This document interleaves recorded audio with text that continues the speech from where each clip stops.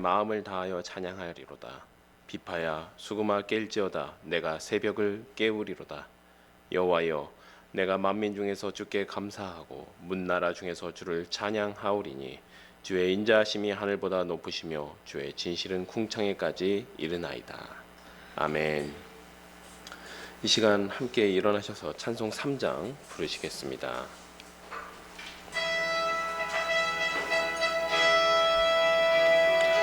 성부 성자와 성령 찬송과 영광 돌려보내세.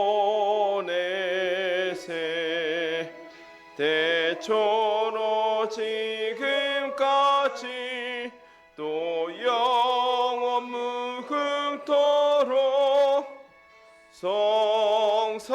성삼위께 영광 영광. 아멘. 이 시간 성시교독 87번, 교독문 87번 함께 교독하시겠습니다.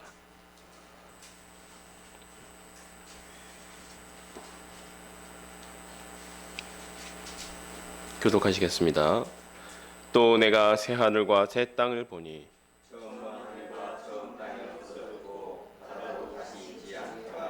또 내가 보매 거룩한 성 새 예루살렘이 하나님께로부터 하늘에서 내려오니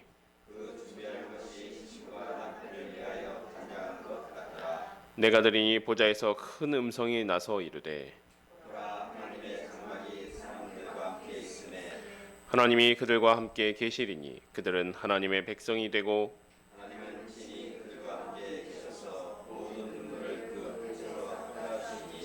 다시는 사망이 없고 애통하는 것이나 곡하는 것이나 아픈 것이 다시 있지 아니하리니 보좌에 앉으신 이가 이르시되 보라 내가 만물을 새롭게 하노라. 아멘. 이 시간 사도신경으로 우리의 신앙을 고백하도록 하시겠습니다. 전능하사 천지를 만드신 하나님 아버지를 내가 믿사오며 그 외아들 우리 주 예수 그리스도를 믿사오니 이는 성령으로 잉태하사 동정녀 마리아에게 나시고 본디오 빌라도에게 고난을 받으사 십자가에 못 박혀 죽으시고 장사한 지 사흘 만에 죽은 자 가운데서 다시 살아나시며 하늘에 오르사 전능하신 하나님 우편에 앉아 계시다가 저리로서 산자와 죽은 자를 심판하러 오시리라. 성령을 믿사오며 거룩한 공회와 성도가 서로 교통하는 것과 죄를 사하여 주시는 것과 몸이 다시 사는 것과 영원히 사는 것을 믿사옵나이다. 아멘. 자리에 앉아주시기 바랍니다. 찬송 80장 함께 부르시겠습니다.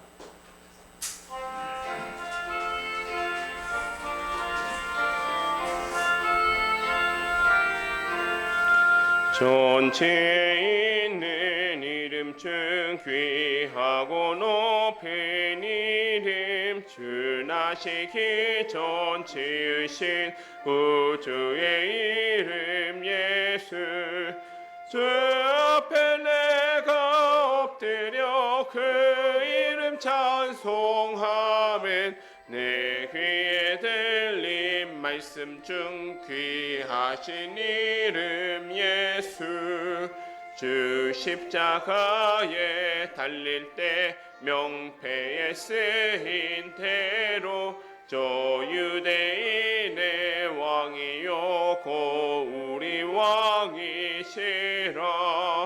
주 앞에 내가 엎드려 그 이름 찬송하면 내 귀에 들린 말씀 중 귀하신 이름 예수. 지금도 살아 계셔서 언제나 하시느니 나 같은 죄인 부르사 삶 소망 주시도다. 주 앞에 내가 엎드려 그 이름 찬송하면 내 귀에 들린 말씀 중 귀하신 이름 예수. 주 예수께서 영원히 어제나 오늘이나 그 이름으로 우리에게 참 복을 내리신다. 주 앞에 내가 엎드려 그 이름 찬송함은 내 귀에 들린 말씀 중 귀하신 이름 예수. 아멘. 이 시간 우리를 대표해서 양영철 한소집사님 나오셔서 기도 인도해 주시겠습니다.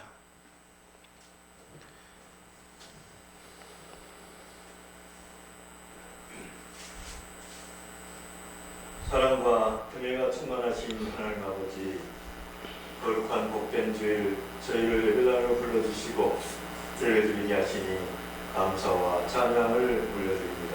아멘. 2026년 5월의 마지막 주일을 맞이하며 지난 시간들을 돌아볼 때 부족하고 연약한 저희를 끝까지 붙드시고 인도해 주신 주님의 큰 사랑에 감사드립니다. 아멘. 계절의 변화를 허락하시고 하루하루의 살아갈 힘과 건강, 필요한 우리를 공급하여 주심을 감사드리며 오늘 이 시간 저희가 드리는 예배를 기쁘게 받아 주옵소서. 아멘. 하나님 아버지, 지난 한 달을 돌아보며 감사보다 염려가 앞섰으며 기도하기보다 세상의 방법을 먼저 찾았던 저희의 연약함을 고백합니다. 아버지. 믿음 없이 행했던 순간들, 주님의 뜻보다 내 생각과 욕심을 앞세웠던 모습들을 용서하여 주옵소서. 아멘. 예수 그리스도의 십자가 보혈로 저희를 깨끗하게 하시고 다시 새 영과 새 마음으로 회복시켜 주시옵소서. 아멘. 주님, 오늘 드리는 예배 가운데 성령님께서 함께하여 주셔서 상한 심령을 위로받게 하시고 지친 영혼을 새 힘을 얻게 하시며 대화하는 마음에는 생수의 은혜를 부어 주옵소서. 찬양하는 일마다 기쁨이 넘치게 하시고 드리는 기도마다 하나님께 상달되게 하시며 예배의 처음과 마지막까지 오직 하나님 홀로 영광 받아 주시옵소서. 아멘. 사랑의 하나님, 성도들의 삶을 기억하여 주옵소서. 여러 가지 삶의 문제 속에서도 믿음을 지키며 살아가는 성도들에게 하늘의 위로와 평안을 허락하여 주시고 눈물로 기도하는 제목마다 응답의 은혜를 허락하시고 낙심하지 않고 끝까지 믿음으로 인내하게 하옵소서. 아멘. 주님의 몸된 교회를 위해 기도드립니다. 우리 교회가 세상의 빛과 소금의 역할을 잘 감당하게 하시고 특별히 하나님의 말씀을 사모하며 삶으로 살아내게 하시고 기도 가운데 주님의 뜻에 순종하는 법을 배우게 하시며 지금 있는 자리에서 주의 복음을 올바르게 전하는 공동체 되게 하옵소서. 아멘. 또한 사랑과 말씀으로 그리스도의 몸된 교회를 세워가는 사랑의 가족들이 되게 하옵소서. 아멘. 특별히 다음 세대를 위해 기도합니다. 어린이와 청소년, 청년들이 세상의 유혹 속에서도 믿음을 잃지 않게 하시고 하나님을 경외하는 마음으로 성장하게 하옵소서. 아멘. 학업과 진리 가운데 지혜를 허락하시고 하나님의 나라를 위해 귀하게 쓰임받는 믿음의 세대가 되게 하옵소서. 아멘. 하나님, 이 나라와 이 민족을 긍휼히 여겨 주옵소서. 나라 안에 갈등과 분열이 아닌 화해와 사랑이 자리하게 하시고 경제적으로 어려운 이들에게 소망의 길을 열어 주옵소서. 아멘. 오는 6월 3일 선거일에 선출되는 모든 공직자들에게 지혜와 공의를 허락하여 주셔서 국민을 바르게 섬기게 하시고 정직과 정의가 바로 서는 사회가 되게 하옵소서. 아멘. 또한 세계 곳곳에서 전쟁과 재난으로 고통받는 이들에게 평화와 회복의 은혜를 허락하여 주시옵소서. 아멘. 오늘 선포되는 말씀을 통하여 살아계신 하나님의 음성을 듣게 하시고 말씀을 대하는 죄사자에게 성령의 권능을 더하여 듣는 저희 모두가 말씀을 마음에 새겨 삶 속에서 실천하게 하옵소서. 아멘. 교회와 예배를 위해 섬기는 손길 위에도 은혜를 도와주셔서 하나님께 큰 영광 올려드리는 시간 되게 하옵소서. 이제 5월을 마무리하며 새로운 달을 준비합니다. 지난날의 은혜를 기억하며 감사하게 하시고 다가오는 6월에도 하나님과 동행하는 삶 되게 하옵소서. 어떠한 상황 속에서 믿음 잃지 않게 하시고 우리의 삶을 통해 예수님의 사랑이 드러나게 하옵소서. 이 모든 말씀 우리를 구원하시고 늘 우리와 함께 하시는 예수 그리스도의 이름으로 기도드립니다. 아멘.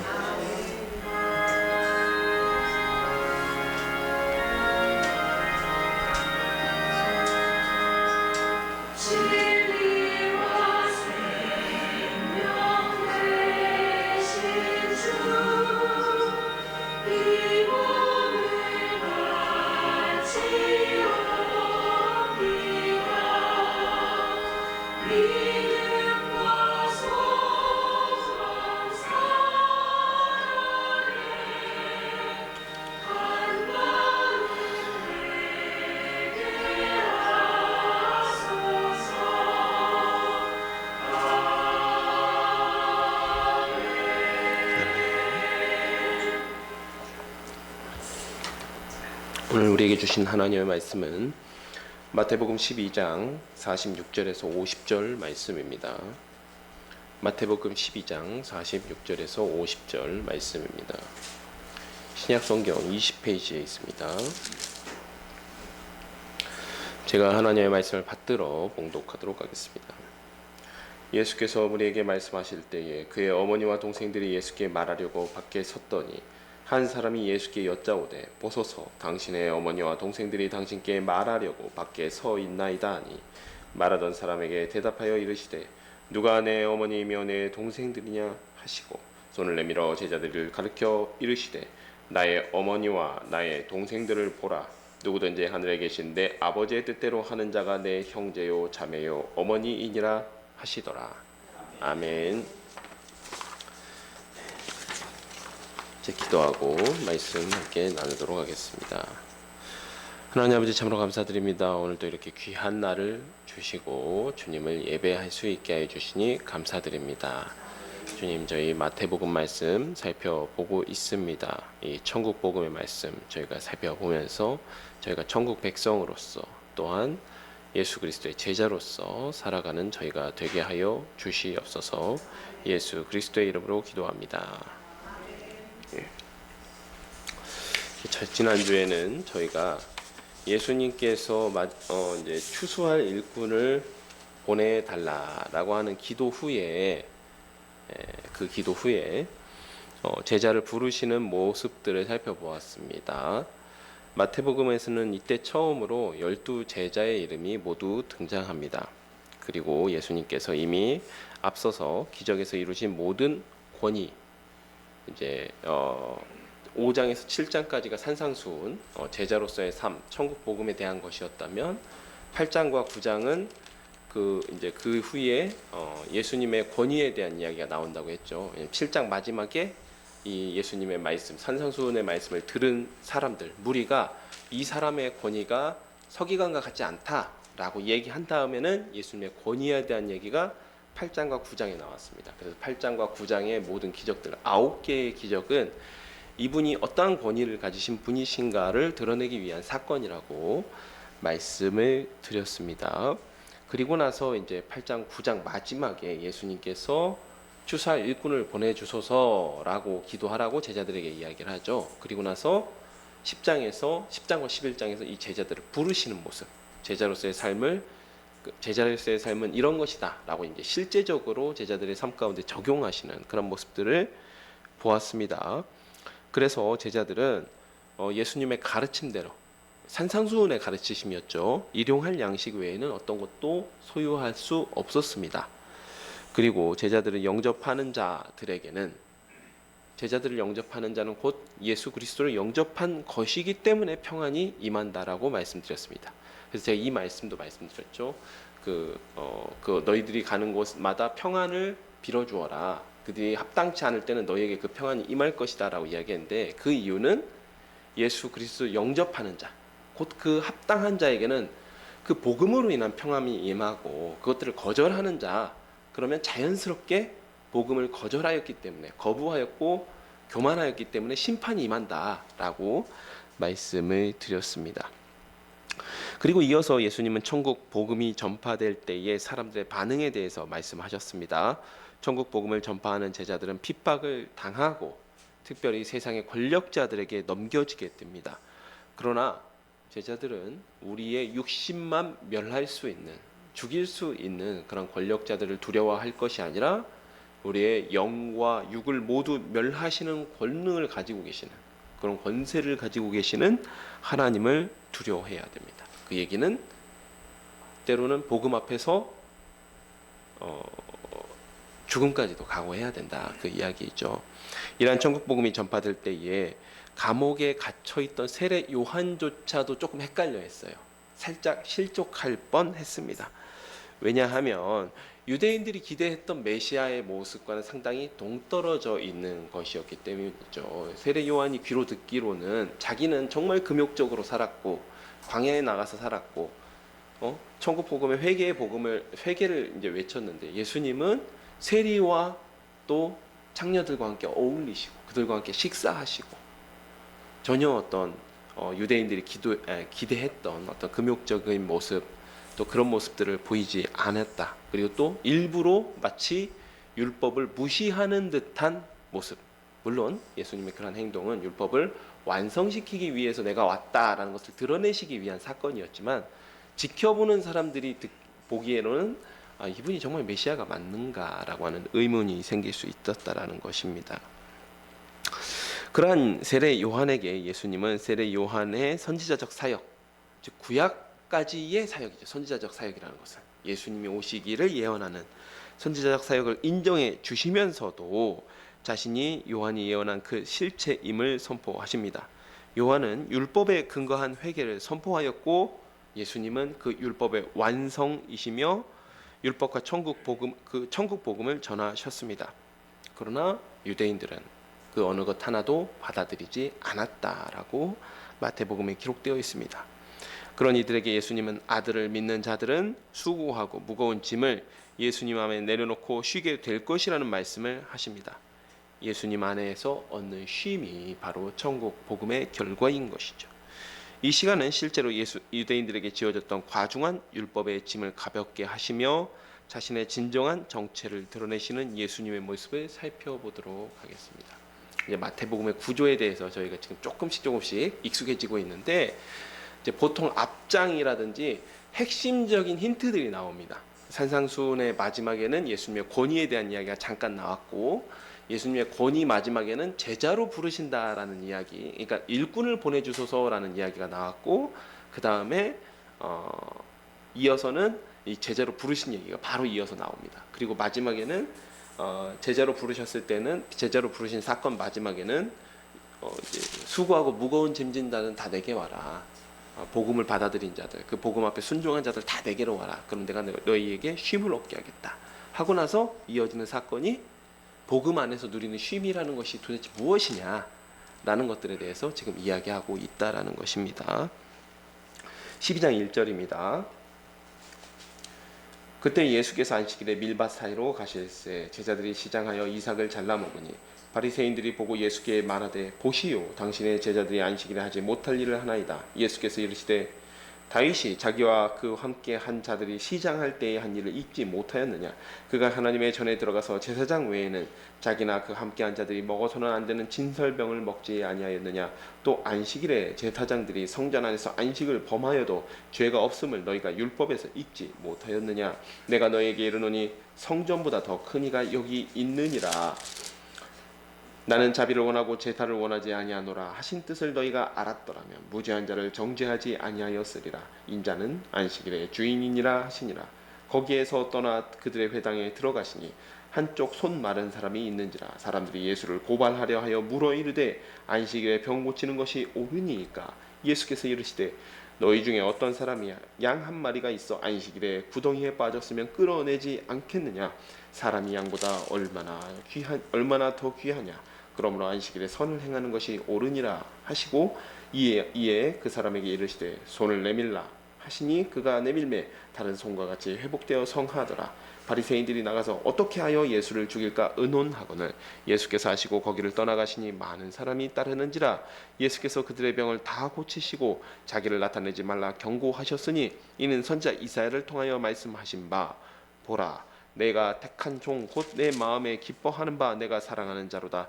내가 내 영을 그에게 줄 터이니 그가 심판을 이방에 알게 하리라. 그는 다투지도 아니하며 들레지도 아니하리니 아무도 길에서 그 소리를 듣지 못하리라. 상한 갈대를 꺾지 아니하며 꺼져가는 심지를 끄지 아니하기를 심판하여 이길 때까지 하리니 또한 이방인들이 그의 이름을 바라리라 함을 이루려 하심이니라. 아멘. 문제가 이제 제자들이 안식일에 밀밭에서 밀 이삭을 잘라 먹으면서 시작됩니다. 십계명에서는 안식일을 거룩하게 지키고 또 내 집안에 속해 있는 그 누구도 이방인조차도 일하지 말라라고 명령합니다. 그러니까 일하지 않고 쉬는 것, 안식하는 것이 안식일을 거룩하게 지키는 일이라는 것이죠. 그런데 이 안식일을 도대체 어떻게 지키는 것이 거룩하게 지키느냐라는 세부 사항들 있죠. 세칙들이라고 하죠. 그 세부 사항들은 율법에 기록되었다라기보다 성경 말씀에 기록되었다라기보다는 일반적으로 랍비들의 문헌이라고 할 수 있는 미시나라고 할 수 있는 그런 문헌들에 주로 기록이 되어 있었습니다. 즉 지금 유대인들이 제자들의 행동에 문제로 삼은 것은 이 미시나의 규정에 근거한 것이라고 볼 수 있는 것이에요. 그래서 바리새인들이 율법에 대한 랍비들의 해석을 근거로, 율법이 아니라 율법에 대한 자기들의 해석을 근거로 제자들이 안식일을 범했다, 거룩하게 지키지 않았다라고 항의하고 있는 것입니다.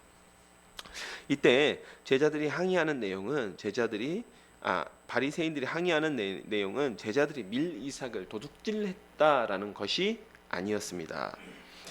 신명기 23장 25절에서는 이런 구절이 있죠. 내 이웃의 곡식밭에 들어갈 때에 내가 손으로 그 이삭을 따도 되느니라. 그러나 내 이웃의 곡식밭에 낫을 대지는 말지니라.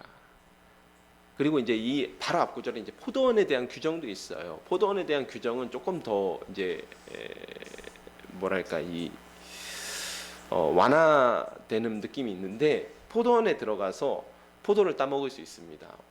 얼만큼 따먹을 수 있을까요? 신명기 규정에 의하면 배가 부를 때까지 따먹어도 그것은 죄가 아닙니다. 도둑질이 아니에요. 그러니까 하나님께서 일용할 양식에 대한 그런 우리의 필요를 아주 잘 알고 계시는 거죠. 다만 포도원에 들어갔을 때의 범죄가 되는 것, 도둑질이 되는 것은 이 광주리를 가지고 가서 포도를 따서 담으면 안 돼요. 담아서 집에 가져가는 것은 범죄입니다. 마찬가지로 밀밭에 들어가서 배가 고프기 때문에 밀이삭을 비벼 먹는다든지 까서 먹는 것은 문제가 되지 않는다라는 것이죠. 다만 이들이 문제로 삼았던 것은 이 안식일에 밀 이삭을 잘라서 먹는 것이 그것이 추수에 해당된다, 일한 것에 해당된다라는 것이었습니다. 그래서 바리새인들은 제자들이 일을 했기 때문에 안식일을 범했다라고 지금 예수님을 공격하고 있는 것입니다. 근데 예수님은 두 가지 경우를 들여서 이 랍비들의 안식일에 대한 해석이 잘못되었다라고 하는 것을 말씀하고 있어요. 첫 번째로는 여러분들 잘 알다시피 다윗이 사울을 피해 도망칠 때에, 그러니까 이거는 처음으로 도망칠 때였죠. 처음으로 사울의 딸이었던 미갈이 우리 아버지가 당신 지금 잡아 죽이려고 한다, 그냥 빨리 도망가라. 그래가지고 도망쳤을 때, 그러니까 맨몸으로 도망친 거죠. 맨몸으로 도피했을 때 노베 제사장들에게 가서 내가 너무 지금 사울 왕에게 너무 굉장히 특명을 가지고 내가 지금 임무를 수행하러 가는데 내가 지금 배가 고파서 먹을 걸 챙겨 나오지 못했다. 혹시 무기로 쓸만한 것과 그 다음에 먹을 것이 있느냐라고 물었을 때에 제사장이 어떻게 답변했죠? 네가 정결하면 내가 그 진설병을 주겠다라고 해서 진설병을 주고 그 다음에 또 다윗이 죽였던 골리앗의 그 단검이었죠. 그 단검을 이제 주어서 다윗을 도피할 수 있게끔 도와주었습니다. 당시 이 노베 제사장이었던 아히멜렉이 왜 다윗에게 진설병을 주었겠습니까? 제사장이니까 이 진설병은 제사장 외에는 먹을 수 없다라는 것을 분명히 알고 있었을 것이거든요. 그리고 그러면 다윗이 이때 그러니까 그 노베 제사장에게 노베에 들렸을 때의 그 시기가 언제쯤이었겠습니까? 저도 사실 이 생각을 해보진 못했는데 보통 학자들이 추정하기로 이 시기가 안식이었을 것이라고 봅니다. 왜냐하면 진설병을 새로 바꾸는 그때가 안식일이기 때문이거든요. 안식일에 진설병을 새로 교체를 합니다. 새로 교체해서 진설병을 올려놓고 그렇게 이야기를 하는데 그렇기 때문에 이 진설병을 다윗에게 주어서 먹게 했다라고 보통 학자들이 이렇게 추정을 합니다. 아무리 그래도 진설병이 준비가 안 돼 있는데 그냥 멋대로 줄 수는 없잖아요. 그래서 교체돼 있거나 교체하려고 준비하는 이제 진설병을 주었을 것이라고 이야기를 해요. 바로 그 지점을 예수님께서 지적하신 것입니다. 그런데 노베 제사장이었던 이 아히멜렉이 다윗에게 이런 진설병을 준 것은 다윗이 단순히 배가 고파서는 아니었을 것입니다. 배고픈 사람 다 진설병 먹을 수 있다라는 이야기 아닙니까? 아마도 그때 당시에 아히멜렉이 다윗에게 진설병을 주어서 먹게 한 것은 바로 다윗이 나는 지금 왕의 권위에 힘입어서 왕의 권위를 가지고 왕의 명령을 지금 수행하는 사자이다라는 것을 밝혔기 때문에 그 부분이 작용했을 것이라고 봅니다. 아히멜렉도 이 사람이 지금 왕의 명령을 수행하는 사람이니까 비록 율법에 완벽하게 들어맞는 것은 아니지만 이 진설병을 주어서 먹을 수 있게 그렇게 도왔다는 것이죠. 그러니까 율법의 규례보다는 생명이 우선이었던 것이고 또 왕의 권위가 그에게 있다라고 믿었기 때문에 물론 다윗은 이제 자기 생명을 위해서 거짓으로 이야기한 것이었지만 그렇게 믿었기 때문에 진설병을 내어준 것이지요. 그 다음에 5절 말씀은 율법에 기록된 것이라기보다는 이 5절 말씀도 역시 이 율법의 해석인 할라카라고 하는 랍비들의 전승에 해당되는 부분입니다. 이게 어떠한 내용이냐면 율법에 이런 내용은 없어요. 다만 우리가 이른바 번제라고 하는 것들이 있죠. 근데 번제를 매일같이 드리는 번제가 있어요. 아침 저녁으로 소 한 마리씩 드리는 번제가 있습니다. 그 번제를 우리가 일반적으로 상번제라고 이야기를 드리는데 그러면 이제 안식일에는 어떻게 되겠습니까? 안식일에도 똑같이 번제를 드립니다. 안식일에는 2마리씩 번제를 드려요. 아침 저녁으로. 그러니까 이것이 제사장에게는 자기의 사명이에요. 자기가 해야 될 일이지만 다른 사람들이 봤을 때는 일이죠. 어찌됐든 제물을 도살해야 되고 그것들을 이 번제에 드리는 규례에 합당하게 정리를 해야 되고 그리고 또 불을 피워서 그 번제를 불태워 드려야 됩니다. 즉 안식일에는 제사장이 성전 안에서 번제를 드리는 것 자체가 전혀 일로서 적용하지 않는다라는 것이죠. 그것은 왜냐하면 하나님께 예배할 자들이 있어야 될 거 아닙니까? 그렇기 때문에 하지만 이 일은 다른 사람에게는 이 일에 해당되는 것입니다. 제사장은 제사 집례를 담당해야 되기 때문에 안식일에 제사를 드리는 일은 안식일을 범하는 것으로 보지 않는다라는 것이죠. 앞의 것은 왕의 권위에 의지하였기 때문에 다윗에게 진설병을 내어준 것이고 뒤의 것은 제사장의 사명이기 때문에 제사장의 권위에 대한 것이기 때문에 하나님께 예배하기 위한 행동으로 받아들였다라는 것입니다. 그러면서 예수님은 자신을 성전보다도 큰 자라고 소개하고 있습니다. 이 또한 호세아서 6장 6절을 또 인용하시면서 하나님은 제사보다 자비를 원하신다라고 말씀하시며 인자가 안식일의 주인이라고 선포하십니다. 원래 안식일은 하나님께서 6일 창조 후에 안식하신 것을 기념하는 날입니다. 하나님께서 직접 십계명의 안식일을 거룩하게 지키라고 명령하신 이유가 있습니다. 거룩함이라는 것은 원래의 의미는 무겁다라는 의미에서 나온 말이에요. 무겁다. 그러니까 그만큼 중하다. 우리말도 마찬가지죠. 중하다라고 하면 원래는 그 말이 무겁다라는 말에서 나온 것이죠. 중요하게 생각한다라는 의미입니다. 그래서 그 의미가 이제 점차적으로 발전돼서 매우 중요하고 구별되었다라는 의미로 발전되게 됩니다. 이 날을 구별된 날로 지키는 이유는 하나님 때문이죠. 즉 안식일의 본래 의미는 그날의 생존을 위해서 일하지 않으면서, 일하지 않는 것 자체가 목적이 아니라 생존을 위해서 일하지 않으면서 이 날이 원래 무엇과 연관되어 있다고요? 하나님의 창조와 연관되어 있다라고 말씀드렸습니다. 창세기 1장에 하나님의 창조주 하나님을 기뻐하면서 그분 안에서 안식을 누리는 것, 그분의 창조를 누리는 것, 그리고 그것들을 기뻐하며 하나님을 경배하는 것, 그 날과 연관되어 있는 것이라는 것이죠. 근데 당시의 랍비들은 안식일에 대한 해석으로 얼마나 많은 멍해를 지게 하였는지 모릅니다. 그렇기 때문에 예수님은 인자가 안식일의 주인이며 왕이나 제사장보다 더 큰 권세를 가지신, 성전보다도 더 크신 이로 자신을 선포하고 있는 것입니다. 즉 참된 안식에 참여하는 길은 성경에서 말하지도 않는 여러 규례들을 지키는 것이 아니라 안식일을 정하신 하나님의 뜻을 기억하여 그것을 기뻐하고 하나님의 뜻대로 이웃을 사랑하며 보내는 것이라는 것이죠. 그 전까지 많은 사람들이, 율법 교사들이 백성들에게 지게 한 그 율법의 멍에 무거운 짐을 예수님께서 내려놓게 하셨습니다. 그리고 가벼운 짐으로, 예수님의 가벼운 짐으로 안식에 참여하면서 하나님을 기뻐하고 하나님을 경배하는 것으로, 또 이웃을 사랑하는 것으로 바꾸셨다라는 것이죠.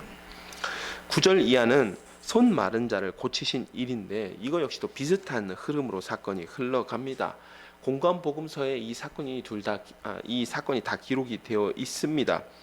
이 사건은 근데 같은 날 일어난 사건으로 보여요.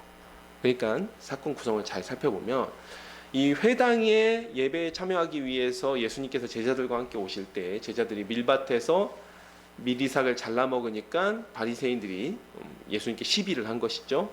그러자 예수님께서 이렇게 안식일보다 더 크신이라고 대답을 하신 이후에 회당에 들어가자 거기 안에도 사람들이, 바리새인들이 예수님을 시험하기 위해서 손 마른 자를 고쳐줄지 안 고쳐줄지 시험하려고 지금 기다리고 있었다라는 것입니다. 즉 회당 안과 밖에서 모두 다 안식일에 대해서 예수님과 한번 붙어보자, 이런 이제 분위기들이 있었던 것이죠. 이번에는 예수님께서 율법으로 반박하신 것이 아니라 매우 상식적인 이야기로 그들의 공격에 대응하셨습니다. 양 한 마리가 구덩이에 빠지면 건질 사람들이 사람에게 선을 행하는 것을 정죄한다라고 지금 책망하신 것이죠. 그리고는 보란듯이 그들의 눈앞에서 손 마른 자를 회복시켜 주십니다. 예수님께서 굉장히 도발적이고 또 공격적으로 행동하신 것이죠.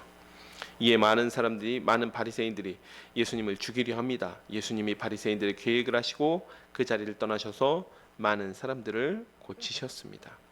마태는 이 모습이 이 12장에 인용된 이 말씀이 이사야서 42장 1절에서 3절 말씀입니다. 그래서 이른바 종의 노래라고 여러 차례 말씀드린 적이 있는데 여호와의 종이 하실 것이라고 예언된 일을 이루셨다라고 말씀하고 있습니다. 근데 여기 18절을 보면 그가 심판을 이방에 알게 하리라, 이 말씀 좀 이상하죠. 심판. 우리 보통 심판이라고 하면 이제 완전히 하나님 앞에서 끝장나는 건데 심판을 이방에 알게 하리라. 근데 이 말씀이 아니고 원래 원문을 찾아보면요, 이사야서 42장 1절에는 어떻게 기록됐냐? 그가 정의를 이방에 알게 할 것이다, 이렇게 되어 있습니다. 우리 심판이라는 것은 예수님을 믿는 자들은 심판을 면하죠. 심판을 면하게 되죠. 그리고 예수님을 끝까지 거부한 자들이 심판받게 됩니다. 심판에도 두 가지 의미가 있는 것입니다. 그래서 여기서는 이제 심판이라고 이야기를 한 것이고요. 그리고 마가복음을 보면요, 예수님께서 손 마른 사람을 고치시고 바리새인들의 위협을 피해 물러가자 이두메, 요단 건너편 이방 지역이죠, 두로, 시돈의 많은 무리가 예수님께 나왔다라고 기록되어 있어요. 그러니까 이방인들이 이 손 마른 자들을 고치시고 예수님께서 바리새인들을 피해서 나가시자 많은 이방인들이 예수님의 소문을 듣고 예수님께 병 고침을 받기 위해서 나왔다라는 것입니다. 예수님께서 그들을 고쳐주셨다는 것이죠. 그래서 이 사건 자체가 마태복음에 생략되었지만 이 사건 자체가 이방에까지 복음을 전하시고 이방을 구원하시기, 이방인들도 구원하시기 위해 오신 예수님의 그 사명이다라는 것을 이사야서 말씀을 통해서 지금 이야기하고 있는 것이지요. 그래서 이들 이방인들에게까지 예수 그리스도의 천국 복음이 전해졌고 그분은 절대 다투시지 아니하시고 자기에게 나오는 상한 갈대와 같은 자들을 꺾지 않으시고 돌보시었다라는 이야기를 하고 있습니다. 다시 한번 말씀드리지만 예수님은 수고하고 무거운 짐진 자들에게 쉼을 주시는 분입니다. 마태복음 12장 22절로 넘어가도록 하겠습니다. 자, 이 부분은 이제 안식일 논쟁에서 바리새인들이 망신을 당하니까 예수님을 한번 이제는 진짜 죽이려고 여러 가지 함정들을 파놓는 것입니다.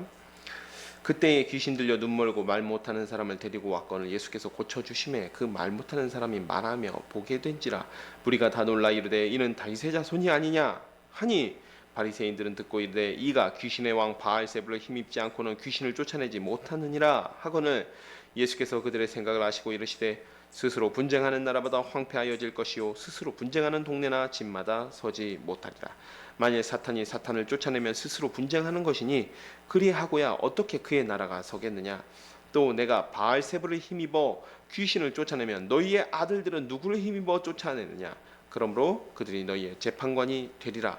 그러나 내가 하나님의 성령을 힘입어 귀신을 쫓아내는 것이면 하나님의 나라가 이미 너희에게 임하였느니라. 사람이 먼저 강한 자를 결박하지 않고서야 어떻게 그 강한 자의 집에 들어가 그 세간을 강탈하겠느냐. 결박한 후에야 그 집을 강탈하리라. 나와 함께 아니하는 자를 나를 반대하는 자요 나와 함께 모으지 아니하는 자는 해치는 자니라. 그러므로 내가 너희에게 이르노니 사람에 대한 모든 죄와 모독은 사하심을 얻되 성령을 모독하는 것은 사하심을 얻지 못하겠고 또 누구든지 말로 인자를 거역하면 사하심을 얻되 누구든지 말로 성령을 거역하면 이 세상과 오는 세상에서도 사하심을 얻지 못하리라. 나무도 좋고 열매도 좋다 하든지 나무도 좋지 않고 열매도 좋지 않다 하든지 하라. 그 열매로 나무를 아느니라. 독사의 자식들아 너희는 악하니 어떻게 선한 말을 할 수 있느냐. 이는 마음에 가득한 것을 입으로 말함이라. 선한 사람은 그 쌓은 선에서 선한 것을 내고 악한 사람은 그 쌓은 악에서 악한 것을 내느니라. 너희에게 이르노니 사람이 무슨 무익한 말을 하든지 심판날에 이에 대하여 신문을 받으리니 내 말로 의롭다함을 받고 내 말로 정죄함을 받으리라.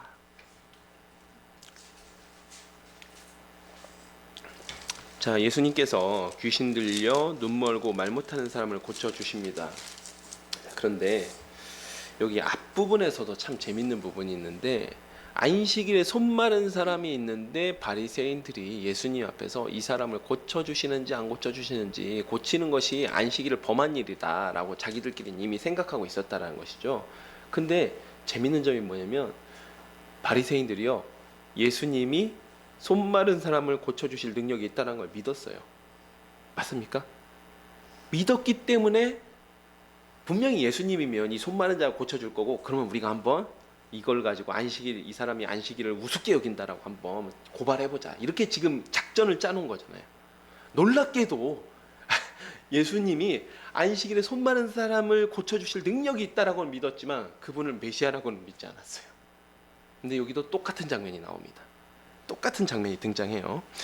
귀신 들려 눈 멀고 말 못한 사람을 고쳐주시자 무리는 놀라서 이가 다윗의 자손이 아니냐라고 반응했습니다. 아주 명확하게 이야기한 것은 아니지만 다윗의 자손이라는 말 안에는 다윗의 자손 메시아라는 의미가 포함되어 있는 것입니다. 그러니까 사람들이 슬슬 이 사람 정말 놀랍다. 너무 이 능력이 놀랍다. 이 사람 진짜 메시아인가? 라고 지금 수근수근 거리고 있을 때에 바리새인들은 안 그래도 예수님을 고깝게 생각하고 있는데 무리들이 자기들이 생각할 때는 아주 무지렁이 백성들이 예수님을 메시아라고 이야기를 하자 고소할 거리를 찾던 바리새인들이 예수님을 메시아라고 믿는 사람들이 더 많아지기 전에 빨리 고소하려고 합니다. 고소한 내용은 예수님이 귀신의 왕인 바알세불의 힘을 힘입어 귀신을 쫓아냈다는 것이에요. 똑같은 사건을 봤는데 바리새인들은 저가 귀신의 왕의 힘을 입었다라고 이야기했고 놀랍게도 속 마른 자를 고칠 능력이 있다는 것도 믿고 있었습니다. 놀라운 일이죠. 그러니까 사실 복음에는 능력 자체가 어떤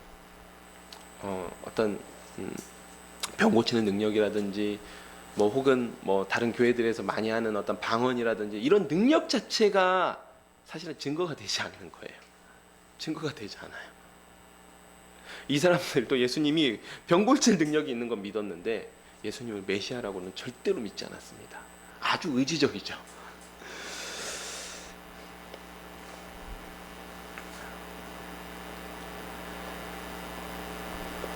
무지한 백성들이 볼 때는 이러한 일을 행하시는 분이 메시아로 보였습니다. 예수님께서 이런 말씀을 하셨습니다. 어리석은 자들에게는 나타내시고 지혜로운 자들에게는 숨기심을 감사하나이다 라고 지난주에 저희가 그 말씀을 살펴보았습니다. 바리새인들에게 예수님은 귀신의 왕을 따르는 거짓 선지자로 보였던 것입니다. 그래서 마태복음 11장 25절에서 예수님께서 이것을 지혜롭고 슬기 있는 자들에게는 숨기시고 어린아이들에게는 나타내심을 감사하나이다. 27절에는 아버지 외에는 아들을 아는 자가 없고 아들과 또 아들의 소원대로 계시를 믿는 자 외에는 아버지를 아는 자가 없느니라 라고 말씀하셨습니다. 정확하게 그대로 지혜로운 자들, 지혜 있다라고 그때 당시에 생각했던 자들은 예수님을 믿지 않고 무지한 자들, 그 자들이 먼저 예수님의 정체에 대해서 깨달았습니다. 깨달아가고 있었습니다. 물론 이들조차도 아직 정확하게 예수님이 메시아다라고 믿은 것은 아니었어요.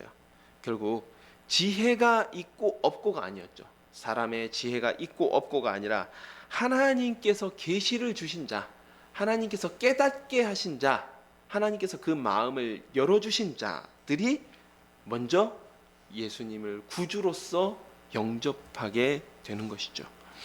이렇게 계시를 깨닫지 못하는 바리새인들이 예수님을 고발하자 예수님께서 자기를 변호하십니다. 첫 번째 내용은 귀신들이 서로 분쟁해서 어떻게 그 나라가 설 수 있느냐라고 반문하셨습니다. 그러면서 자 여기 보시면요, 사탄이 사탄을 쫓아내면 스스로 분쟁하는 것이니 26절입니다. 그리하고서야 어떻게 그의 나라가 서겠느냐. 여기서 그의 나라는 사탄의 나라죠. 사탄의 나라죠. 잘 기억해 주시기 바랍니다. 즉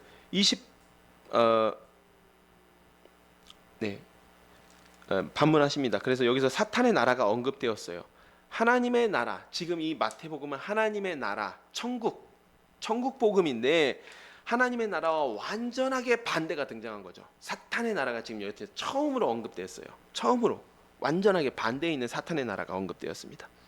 그리고 27절에서 권위에 대해서 말씀하셨는데 그때 당시 이미 유대인들 사이에서 귀신을 쫓아내는, 우리가 이른바 이걸 축귀라고 이야기하죠.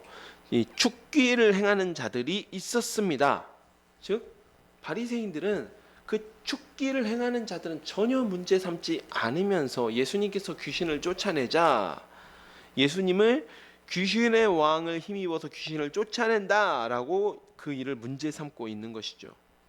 그러면서 예수님께서 뭐라고 말씀하시면 내가 성령을 힘입어서 쫓아낸 것이면 이미 하나님의 나라가 임하였다라고 선포했습니다. 지금 앞에서 귀신의 나라가 등장하고 뒤에 예수님께서 다시 하나님의 나라를 선포하십니다.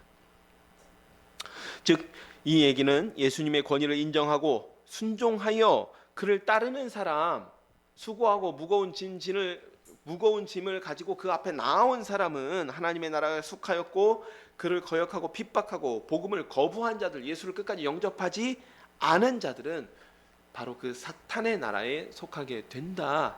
이미 속하여 있다라고 말씀하고 있는 것이죠. 이 구절에서. 그리고 29절에서 다시 이게 첫 번째 반박이었어요. 바리새인들의 이야기에 대한 29절에서 다시 상식적인 이야기로 앞에 하나님의 나라에 대한 선포를 설명하십니다. 사람이, 이건 예수님을 이야기하죠. 강한 자를, 사탄을 말합니다. 사탄의 권세를 결박시킨 후에야 그 집을 강탈할 수 있다. 즉 사탄에게 종노릇 하던 자들, 사탄에게 매여 있는 자들을 사탄의 권세를 결박한 이후에야 예수님께서 찾아오실 수 있다라고 말씀하셨습니다. 굉장히 예수님께서 이런 천국 복음을 이야기하실 때 상당히 좀 과격한 표현들을 많이 사용하세요. 저희가 이미 살펴보았지만 천국은 침노하는 자의 것이다. 천국에 계속해서 공격을 받는다. 이렇게 표현하셨고, 여기서도 사탄의 권세를 결박해야만 그의 세간을, 그의 집안을 내가 강탈할 수 있다. 그 사탄의 권세에 억눌려 있는 종노릇하는 자들 내가 찾아올 수 있다라고 말씀하셨습니다. 그러면서 분명하게 선을 그어주세요. 선을 타주십니다. 예수님을 따르지 않고 함께하지 않으면 예수님을 반대하는 자들입니다. 그 중간은 없습니다. 즉 사탄의 나라에 속한 사람들이라는 것이죠. 그리고 31절과 32절, 우리가 너무 크게 오해하고 있는 성령 회방죄에 대해서 이야기하고 있어요. 이 성령 회방죄를 근거로 이제 뭐 죄송합니다만 좀 과거에 저도 어렸을 때 그런 말씀을 많이 들었는데 좀 과거에 좀 연세 지긋하신 목사님들이 좀 성령 회방죄를 너무 폭넓게 해석하시는 경우들이 있어요. 그래서 막 목사님을 막 험담하거나 목사님한테 반대하며 성령을 회방하는 것이고, 또 막 교회 행사에 대해서도 막 좀 이렇게 이의를 제기하거나 좀 비판하거나 그러면 성령을 회방하는 것이고, 그런 내용이 아니죠. 지금 이 이야기를 쭉 들어보면 어떤 내용입니까? 복음을 영접하지 않은 사람, 복음 앞에 순종하지 않은 사람들이 성령을 회방하는 겁니다. 성령의 이름으로 선포되는 그 복음을 받아들이지 않는 자들이 성령을 회방하는 자고, 당연히 그 죄에 대해서는 결코 사함이 없는 것이죠. 죄사함의 기회를 자기가 걷어차버렸어요. 성령을 회방했어요. 그렇기 때문에 이 성령 회방죄는 아무데나 다 적용할 수 있는 것이 아니라 예수님을 거역하는 것, 성령의 이름으로 선포된 복음을 거역하고 예수를 믿지 않는 것, 바로 그것이 성령 회방죄인 것입니다. 그렇기 때문에 심판에 있어서 결코 사하심을 얻지 못하는 것이죠. 예수님의 마지막 말씀은 나무도 좋고 열매도 좋다 하든지 나무도 좋지 않고 열매도 좋지 않다 하든지 하라는 것입니다. 열매로 나무를 아는 것이 당연한 세상의 이치인데, 이 바리새인들은 그런 이치도 모르고 예수님을 고발하고 죽이려 하고 있습니다. 그 이유는 그들이 사탄의 나라에 속한 독사의 자식들이며 그들 자체가 악하기 때문이죠. 그렇게 그들 자체가 악하기 때문에, 이미 그 눈이 가려졌기 때문에 선한 열매를 보고도 그 열매의 나무를 가지고 악하다라고 이야기하고 있는 것입니다. 이런 것이 영분별이죠. 이런 것이 영분별입니다. 네, 그래서 36절에서 37절 말씀을 보면 실제로 이 36절에서 37절 말씀 여기 보면 실제로 여기 보면 내 말로 의롭다함을 얻고 내 말로 정죄함을 받는다. 이게 우리의 언어 생활을 이야기하는 게 아닙니다. 잠언 말씀은 좀 그런 측면이 있거든요. 내 입에 파수꾼을 세우라든지 그 다음에 혀의 열매를 먹는다든지, 이 말씀은 우리의 언어 생활에 대한 부분이라는 게 분명해 보여요. 그런데 여기서 이 말씀은 그렇다기보다는 앞에 문맥을 쭉 살펴보면 이 말은 어떤 말이겠습니까? 예수님을 주로 시인하는 자, 예수님을 말로써 시인하고 예수님을 말로써 그를 영접하고 언어로서 영접하고 그렇게 이야기한 사람은 당연히 의롭다함을 받지만, 그 예수님을 정죄하고 바리새인들처럼 정죄하고 끝없이 예수님을 거역하고 거부한 자들은 정죄함을 받는다라는 것입니다. 자, 그래서 38절 다시 읽어보도록 하겠습니다. 그때 서기관과 바리새인 중 몇 사람이 말하되 선생님이여 우리에게 표적 보여주시기를 원하나이다. 예수께서 대답하여 이르시되 악하고 음란한 세대가 표적을 구하나 선지자 요나의 표적밖에는 보일 표적이 없느니라. 요나가 밤낮 사흘 동안 큰 물고기 뱃속에 있었던 것 같이 인자도 밤낮 사흘 동안 땅 속에 있으리라. 심판 때에 니느웨 사람들이 일어나 이 세대의 사람들을 정죄하리니 이는 그들이 요나의 전도를 듣고 회개하였음 이거니와 요나보다 더 큰 이가 여기 있으며 심판 때에 남방 여왕이 일어나 이 세대 사람을 정죄하리니 이는 그가 솔로몬의 지혜로운 말을 들으려고 땅 끝에서 왔음 이거니와 솔로몬보다 더 큰 이가 여기 있느니라. 더러운 귀신이 사람에게서 나갔을 때에 물 없는 곳으로 다니며 쉬기를 구하되 쉴 곳을 얻지 못하고 이에 이르되 내가 나온 내 집으로 돌아가리라 하고 와보니 그 집이 비고 청소되고 수리되었거늘 이에 가서 저보다 더 악한 귀신 7을 데리고 들어가서 거하니 그 사람의 나중 형편이 전보다 더욱 심하게 됐느니라. 이 악한 세대가 또한 이렇게 되리라.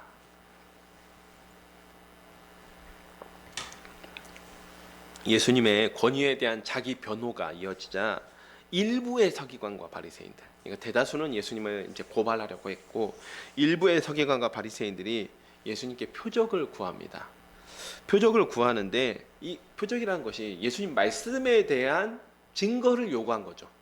당신 말이 진짜 사실이라는 증거를 우리에게 좀 보여주십시오. 그럼 믿겠습니다. 라고 요구한 것인데 그러자 예수님의 대답은 사실상 거절이었습니다. 선지자 요나의 표적밖에 보여줄 게 없다. 근데 요나의 표적은 예수님의 십자가 사건 다음에 일어나는 부활 사건이란 말이죠. 사실상 거절하신 거예요. 그러면서 악하고 음란한 세대가 표적을 구한다라고 말씀하십니다. 예수님께서 말씀하신 요나의 표적이라는 것은 요나가 사흘 밤낮을 물고기 뱃속에 있다가 건짐을 받은 것처럼 예수님께서 3일 만에 부활할 것이라는 말씀입니다. 그런데 지금 시점은 예수님 이 부활 사건은 예수님의 공생의 사역 끝에 일어날 일이기 때문에 지금 당장 그들을 만족시킬 표적이 없다라는 것이죠. 그러면서 예수님은 그 이유를 설명하시는데요. 41절과 42절에서 요나 때 그리고 솔로몬 때 이야기를 하십니다. 요나 때에 니느웨 사람들은 아무런 표적 없이 요나의 심판의 선포만을 듣고 그것도 사흘길을 하루 만에 마치는 그런 성의 없는 사역에도 제 위에 앉아서 회개했습니다. 어떠한 표적도 없었습니다. 말씀만을 듣고 회개한 것입니다. 그리고 솔로몬 시대 스바 여왕은 단지 솔로몬의 명성을 귀로만 듣고 그때 당시 땅끝이라고 여겨졌던 그 곳에서부터 솔로몬을 찾아와서 솔로몬의 지혜를 들었습니다. 그런데 지금은 성전보다 더 크니 솔로몬보다 더 큰 이가 그들의 눈앞에 밝히 보이고 있음에도 서기관과 바리새인들은 여전히 예수님을 믿지 못하고 있다는 것이죠. 아까 제가 앞에서도 말씀드렸지만 예수님께서 병 고치는 능력 행함을 믿어요. 병 고치는 능력 행함을 믿는데 예수님이 메시아라는 것, 유대인의 왕으로 오신 분이라는 것, 예수님이 구주시라는 것은 절대로 믿지 않고 또 다른 표적을 요구하고 있는 거예요. 그러면서 예수님이 이렇게 말씀하시는 것이죠. 이미 과거에도 말씀만으로 회개한 자들이 있었다.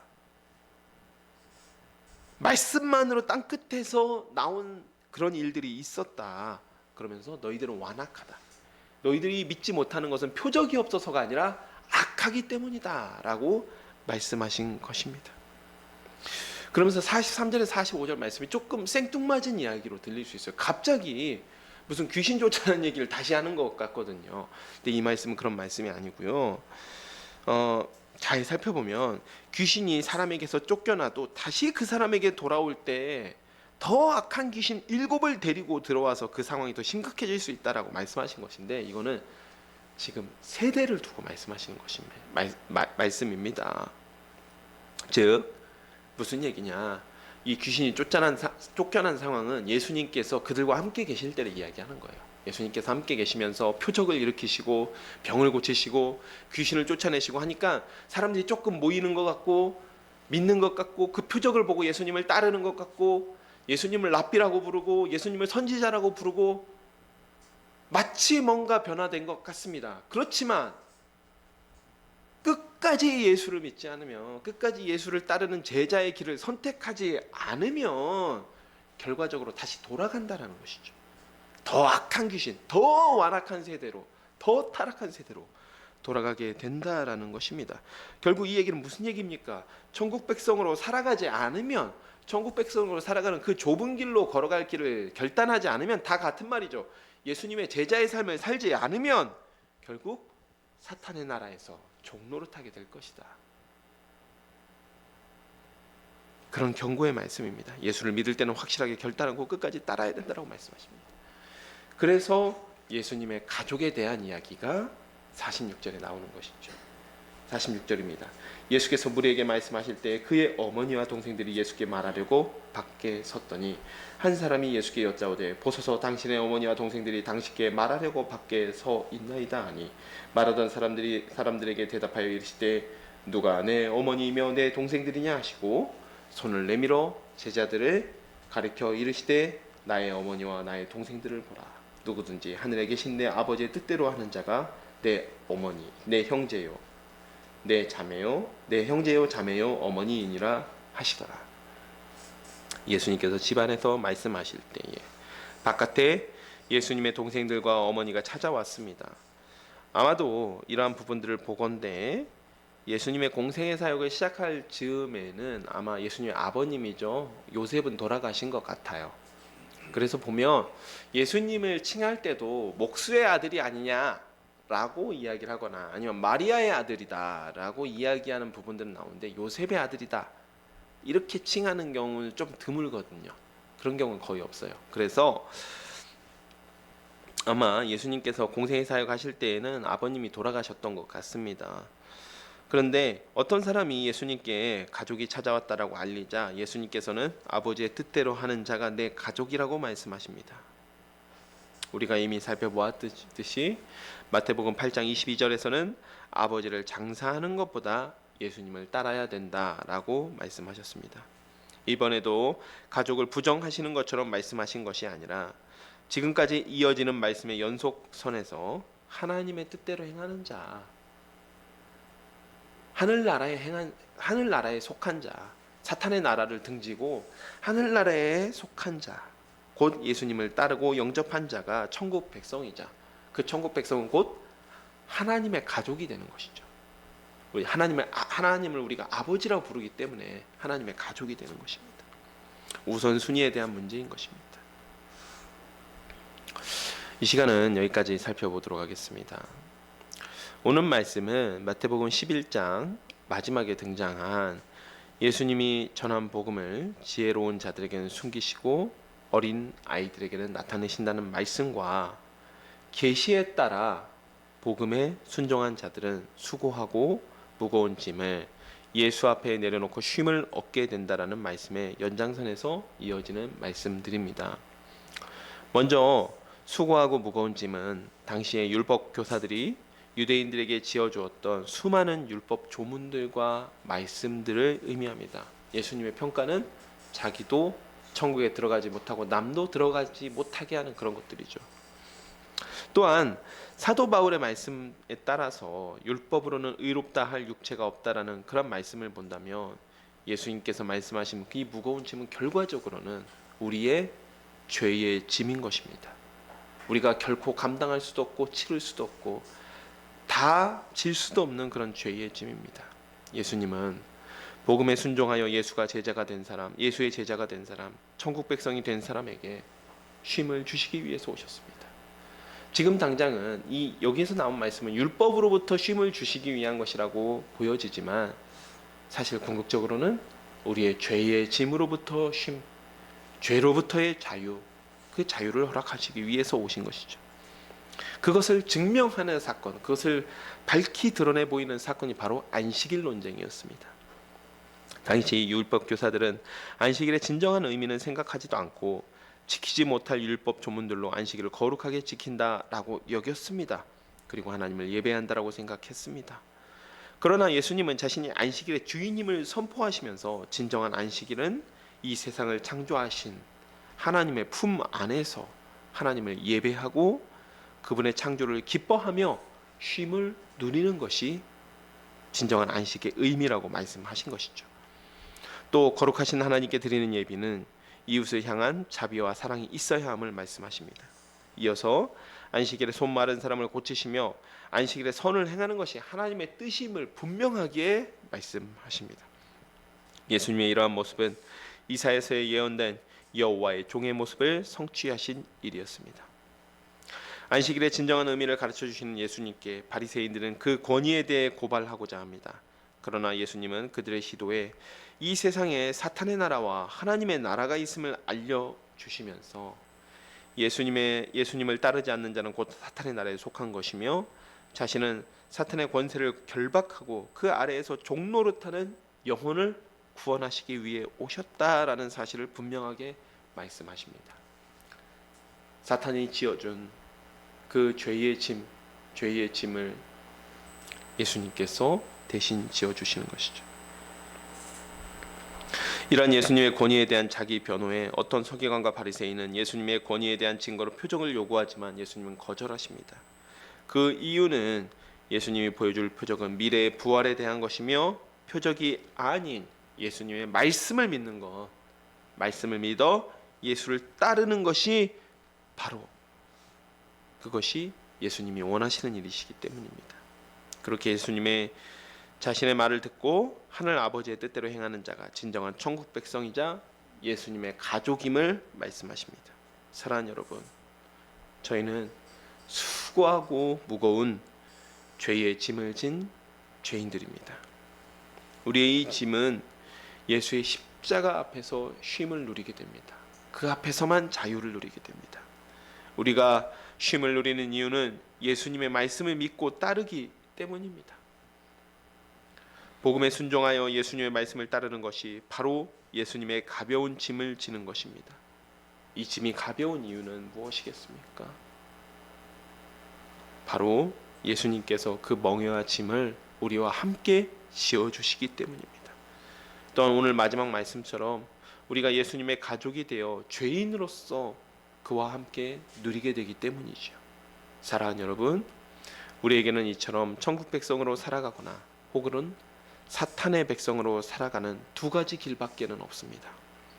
예수님은 이 시간 우리에게 천국 백성으로 살아가라는 결단을 요구하십니다. 천국 백성의 삶은 분명 우선순위를 주님께 두는 삶이며 십자가를 지는 삶이고 세상에 핍박을 당하는 삶입니다. 그러나 하나님께서 우리의 지혜와 지식이 아니라 계시를 통하여 이 말씀을 깨닫게 하셨듯이 복음에 순종하게 하셨듯이 우리의 가족이 되어 주심으로 이 일들을 감당하게 하십니다. 그래서 제자의 삶은 비록 고난의 길이지만 예수님의 가족으로서 예수님을 누리는 길입니다. 이 시간 우리 모든 샤론의 가족들이 이처럼 예수님의 가족으로서 그 은혜를 또 누림으로써 제자의 길을 가시는 천국 백성으로 살아가시는 그런 샤론의 가족들이 되시기를 축복합니다. 제가 기도하고 말씀 맺도록 하겠습니다. 하나님 아버지 참으로 감사드립니다. 오늘 또 이렇게 귀한 날을 주시고 죄의 짐을 진 이 죄인들이 천국 백성의 삶을 살게 하여 주시니 감사를 드립니다. 주님, 천국 백성의 삶은 정말 사탄의 나라의 백성이 되는 것과 양갈래길에서 선택하는 길입니다. 좁은 길과 넓은 길을 선택하는 길입니다. 주님, 우리에게 계시에 따라 그 복음의 말씀을 깨닫게 하시고 그 앞에 순종하게 하셨으니 끝까지 그 좁은 길, 좁고 협착한 길, 또 천국 백성의 길, 그 제자의 삶 바르게 살아갈 수 있도록 인도하여 주시옵소서. 예수 그리스도의 이름으로 기도합니다. 아멘. 이 시간 찬송 433장 부르시면서 준비하신 예물을 하나님께 올려드리도록 하겠습니다.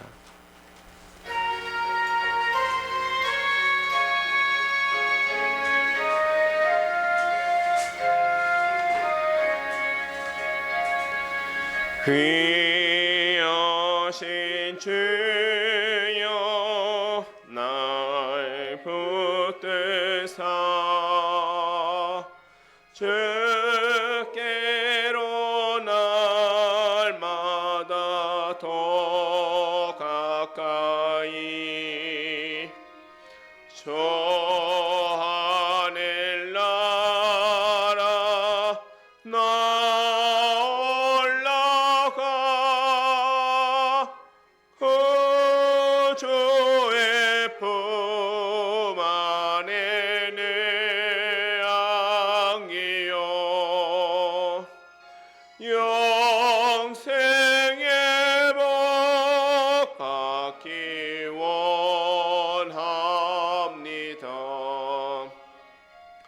공언할 물 건너 없어도 날마다 주께로 더 가까이 내 죄를 주께 다고하니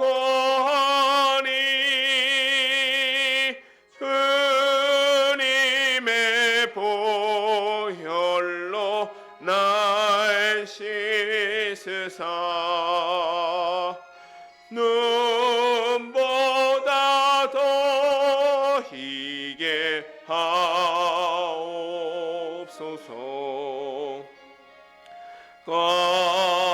까나간 마귀 날 꿰어도 주께 수 앞으로 더 가까이 이 세상 속아 그 허영심 또 주한 생각을 놔버리니 정열한 맘 내게 늘 주소서. 이 세상 내가 살 동안에 주께로 날마다 더 가까이 저 배는 천국 나 들어가 한없는 복락을 닿도록 풍성한 은혜를 주옵소서.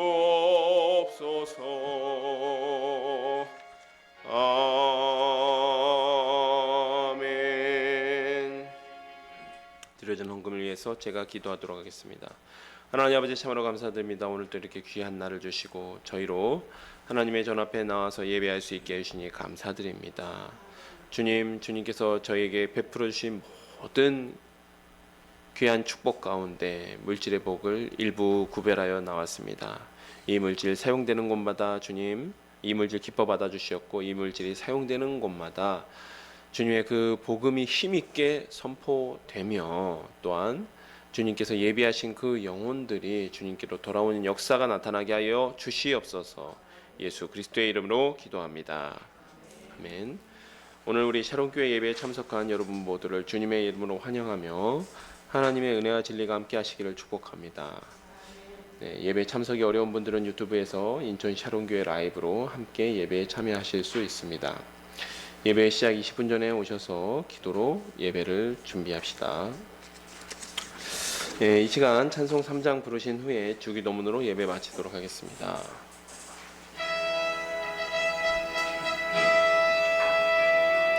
성부 성자와 성령 찬송과 영광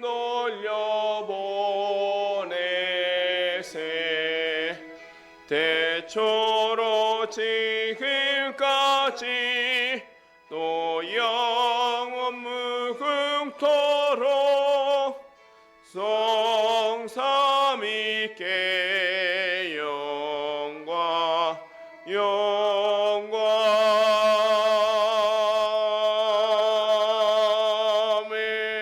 아멘.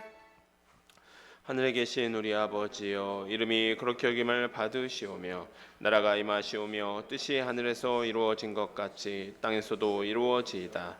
오늘 우리에게 일용할 양식을 주시옵고 우리가 우리에게 죄 지은 자를 사하여 준 것 같이 우리 죄를 사하여 주시옵고 우리를 시험에 들게 하지 마시옵고 다만 악에서 구하시옵소서. 나라와 권세와 영광이 아버지께 영원히 있사옵나이다. 아멘.